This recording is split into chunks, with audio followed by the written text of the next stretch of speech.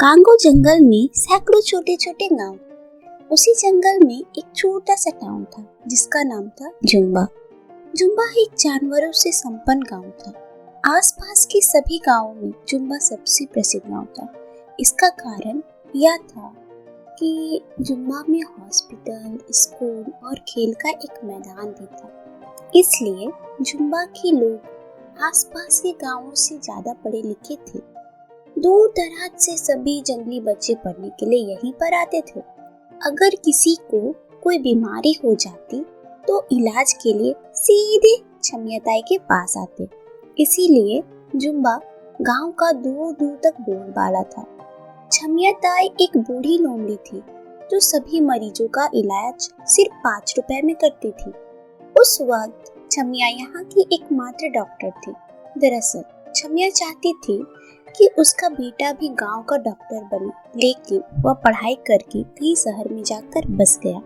वैसे तो जुम्बा में बारिश बहुत कम होती है, लेकिन बारिश के मौसम में पानी के कारण यहाँ पर निफा नामक की बीमारी फैल जाती है। निफा बीमारी यहाँ के जानवरों के लिए एक महामारी से कम नहीं थी। अब की बार निफा का प्रकोप कुछ ज्यादा ही था। छमिया लोमड़ी ने लैब में टेस्ट कर बताया कि निफा बूढ़े लोगों को सबसे ज्यादा खतरा देगा, उनकी जान भी ले सकता है। छमिया ने गांव के सरपंच भालू से बात कर सभी जगह इसी तरह के पोस्टर लगवा दिए। बीमारी से बचना है तो घर में ही रहना है, अगर जीवन को है बचाना तो बारिश में मत नहाना। जानवरों को इतना कहने के बाद भी वे बारिश का आनंद लेते रहे और बीमार पड़ने पर छमिया के सामने जाकर खड़े हो जाते। छमिया बेचारी अपना काम समझकर उनका इलाज कर देती थी। जानवर लापरवाही करते गए और निफा बीमारी और अधिक फैलती गई। मरीजों का इलाज करते करते छमिया ताई को भी निफा हो गया। छमिया ताई ने मरीज की तरह बिस्तर पकड़ लिया। अब पूरे गांव में इलाज करने वाला दूसरा कोई नहीं था। बीमारी अधिक फैलती गई और लोगों की मरने की संख्या भी काफी बढ़ चुकी थी। छमिया को इस बात का बहुत दुख हुआ कि वह अब किसी का इलाज नहीं कर सकती है, लेकिन छमिया से रहा ना गया और उसने वैक्सीन बनाने का फैसला लिया।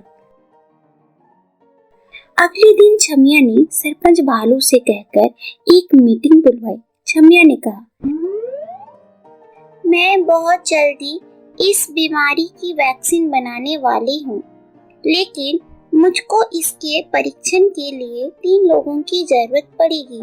क्या आप में से कोई 3 लोग तैयार है?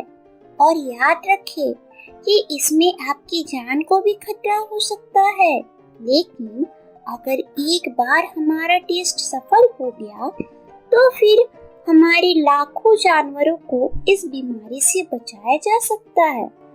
सभी जानवर एक दूसरे का मुंह देखने लगे और कोई राजी नहीं हुआ, क्योंकि सभी को अपनी जान ज्यादा प्यारी थी। छमिया को बुरा लगा, लेकिन उसने ठान लिया कि वह लोगों को इस तरह से मरने नहीं देगी। छमिया ने तय किया कि सबसे पहले वह खुद पर इस वैक्सीन को आजमाएगी।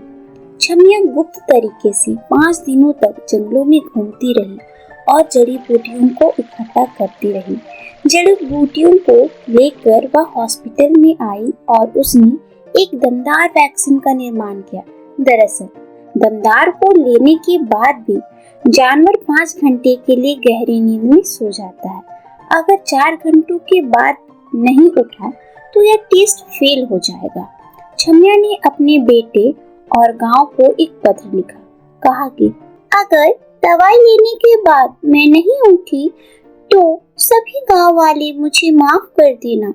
मैं आपको इस बीमारी से नहीं बचा पाई। मेरे बेटे से कहना कि सच्ची भलाई में किसी प्रकार का लालच नहीं देखा जाता है।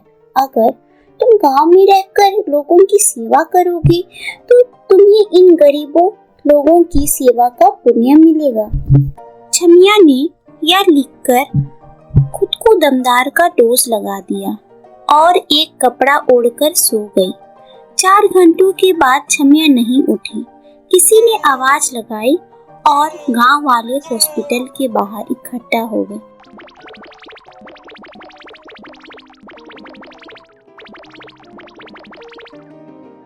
सरपंच ने सभी को पत्र सुनाया। सभी गांव वाले रोने लगे और छमिया को याद करने लगे। सरपंच ने तुरंत छमिया के बेटे को बुलाया।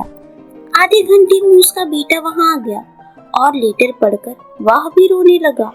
उसने वादा किया कि वह अब कभी गांव छोड़कर नहीं जाएगा।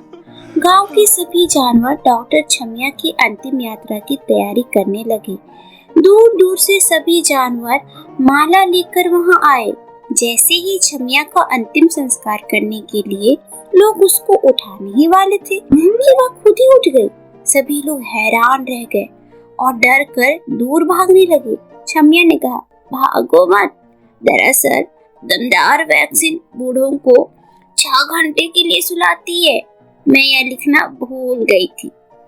अब मैं ठीक हूँ और ये वैक्सीन भी कारगर है। अब गांव में कोई नहीं मरेगा। इसके बाद सभी गांव वालों को दमदार का डोज लगा देती है और लाखों लोगों को इस बीमारी से बचा लेती है। मेडिकल क्षेत्र में इतना बड़ा योगदान करने के लिए कांगो के शेर ने उनको कांगो रत्न से सम्मानित किया, जो कि वहाँ का सबसे बड़ा पुरस्कार है। तो बच्चों, इस कहानी से हमें यह सीख मिलती है कि तकदीर भी उनका साथ देती है जो स्वयं कभी हार नहीं मानते हैं।